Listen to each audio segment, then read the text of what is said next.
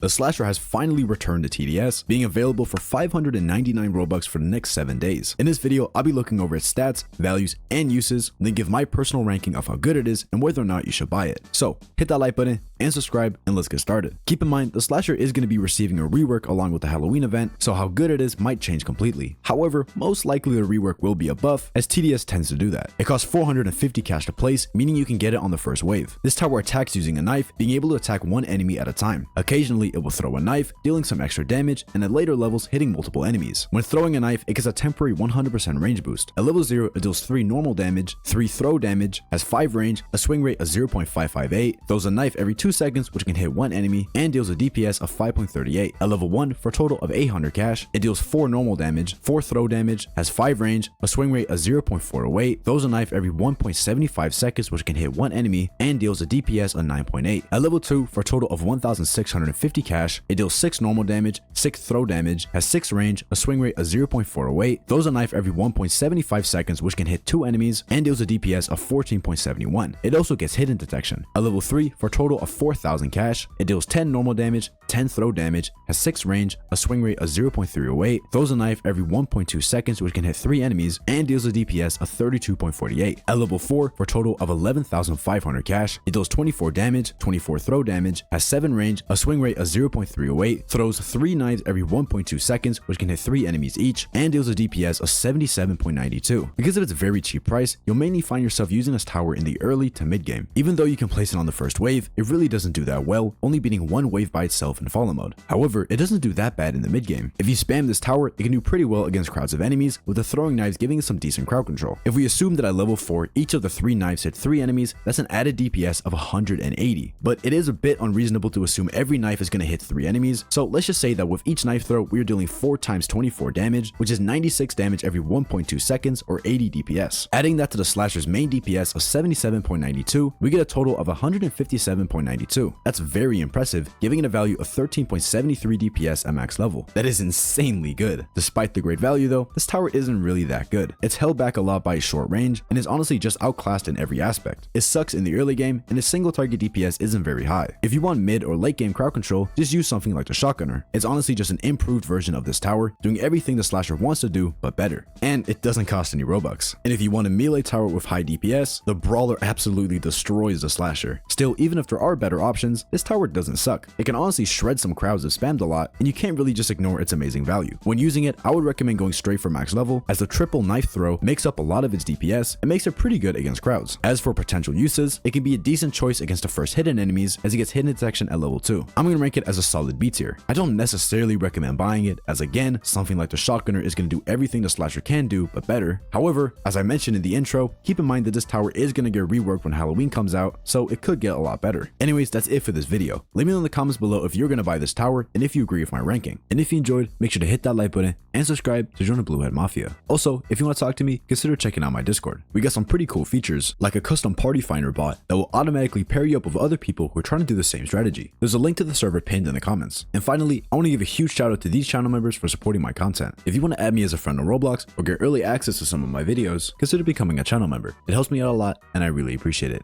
Anyways, that's it for this video, and I'll see you guys in the next one.